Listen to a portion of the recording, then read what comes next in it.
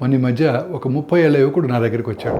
Doctor, నా తండ్రికి Alzheimer's వచ్చింది, నాకు కూడా వస్తుందని చాలా సాధారణమైన ముఖ్యమైన ప్రశ్న వేశాడు.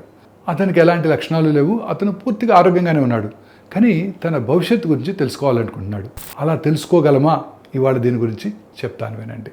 ఇక్కడే న్యూరోజెనెటిక్ అసెస్మెంట్ అంటే న్యూరో జన్యు అంచనా ఉపయోగపడుతుంది. మేము అతనికి జన్యు పరీక్షలు చేయించాం. వాటి వల్ల అల్జీమర్స్ లాంటి మెదడు వ్యాధులు వచ్చే ప్రమాదం ఎంత ఉందో అర్థమైంది.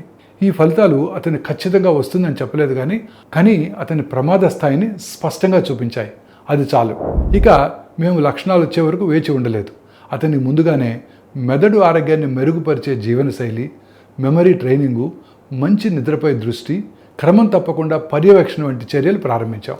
ఎందుకంటే మెదడు సంబంధిత వ్యాధులు లక్షణాలు కనిపించే లోపే చాలా సంవత్సరాల ముందే మొదలవుతాయి. సో ఇందులో అసలు లాభం ఒక్కటే, సిద్ధం కావటం. ముందుగానే తెలుసుకుంటే తగు చర్యలు తీసుకోవచ్చు, మెదడుని రక్షించుకోవచ్చు, వ్యాధిని ఆలస్యం చేయవచ్చు, కొన్ని సందర్భాల్లో పూర్తిగా నివారించవచ్చు కూడా.